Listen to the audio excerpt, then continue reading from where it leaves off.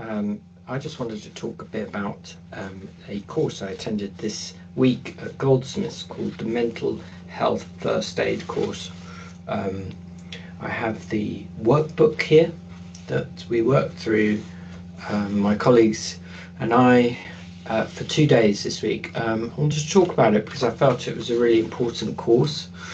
I've done training to be a therapist and mindfulness training, and I felt this was really helpful, just to talk through the book. Actually, it's broken up into 4 sessions, 1 session per morning and afternoon, and the first session was really helpful in helping all of us work out where we were coming from. It gave us definitions about what mental health was.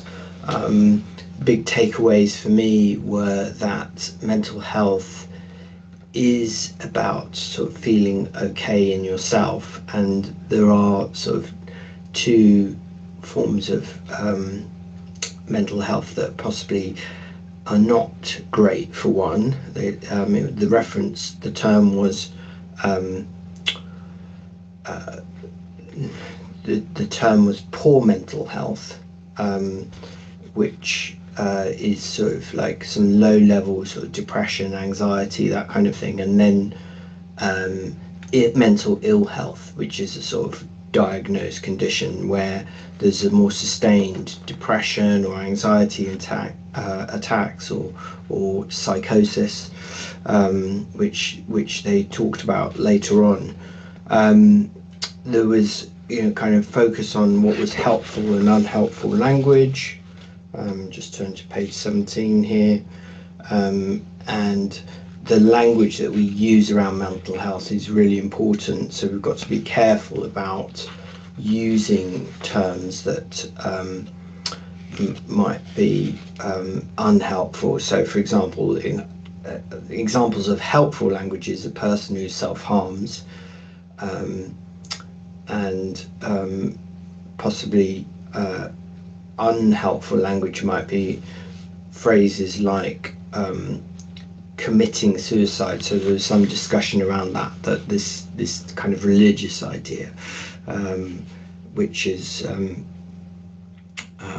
not great. So it's better to say died by suicide or took their own life. And other phrases like successful suicide attempt, really unhelpful, obviously, for obvious reasons. So there's a whole kind of stuff around sort of mapping your frames of reference, which I've got here, your window in the world. And then session 2 moved on to looking at sort of the influences on mental health, looking at the protective factors and the inequalities in mental health, and some of the facts around that, possibly a little bit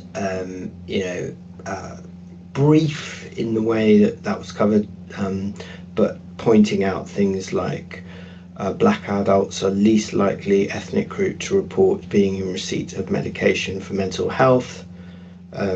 People who are vulnerable are LGBTQ plus people. Women are 10 times more likely as men to have experienced extensive physical and sexual abuse during their lives, and 36% have attempted suicide, who have experienced abuse, not 36% women. The session 2 looked at signs for sort of a panic attack, what happens, and then the further sessions looked at how you as a mental health first aider might help, and it uses an acronym called ALGEE, if I can remember it correctly. So A is for approach, so you approach someone who's struggling, or you perceive to be struggling. You try and assess what's going on.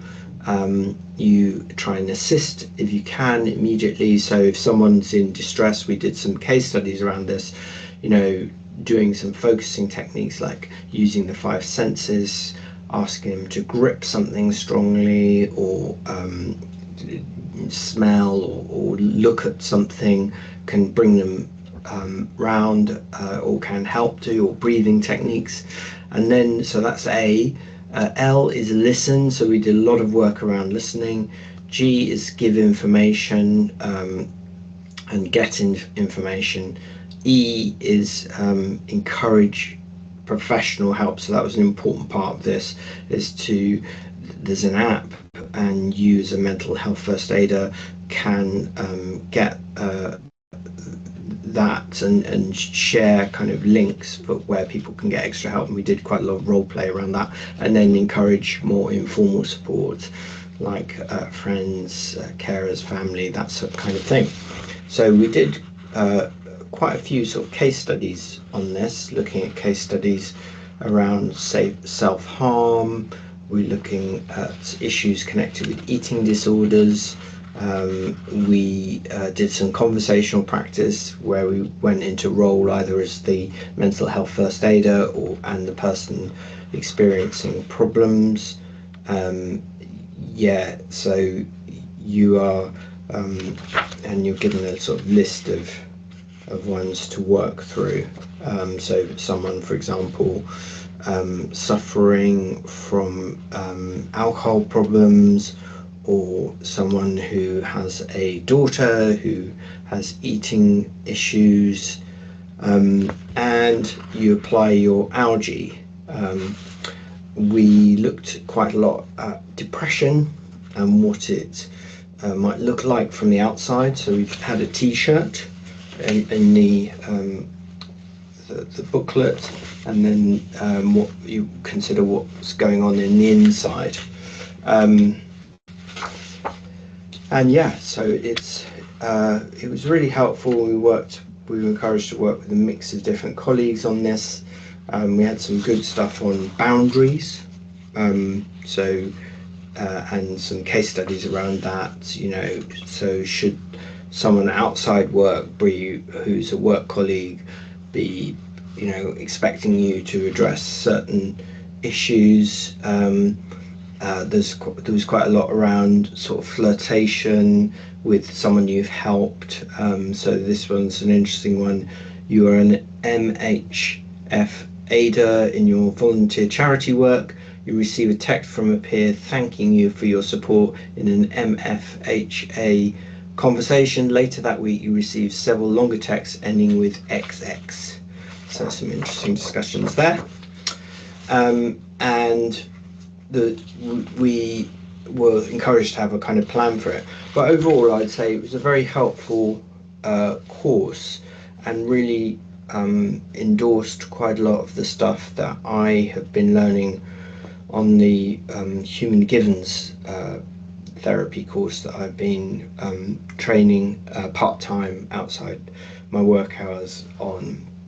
And this was really helpful in giving a kind of set of processes really to deal with people who are really struggling, and also much clearer kind of indications of what actually might be issues. So one thing that struck me was we looked at psychosis, and this is not a bad thing. It has a very kind of negative portrayal in the media, obviously, psycho and such like, but it essentially is where someone may be having hallucinations, or they might have delusions, that, for example, that people are getting at them or looking at them funny, and there was some quite good guidance around how to help such people. I mean, the general thing is you're not, as a mental health first aider, expected to really deal with the problem over the long term, but to refer people to support and encourage them to take it. So I really thought that was an excellent course, and I'd thoroughly recommend anyone who gets a chance to do it, and thank Goldsmiths for funding such a thing. the supervisor, the tutor on the course was Alicia Nagar, who is sort of instrumental in the organisation of MHFA England. Previously had worked at Goldsmiths in HR, and so I knew her from that, and she really sort of guided us through the tasks and kept us on track. They were quite long days, 9 to 5 essentially, to get through all the work, and there was a lot of discussion and quite a lot of listening too, but it was always engaging, and thank Alicia for that too. Thank you.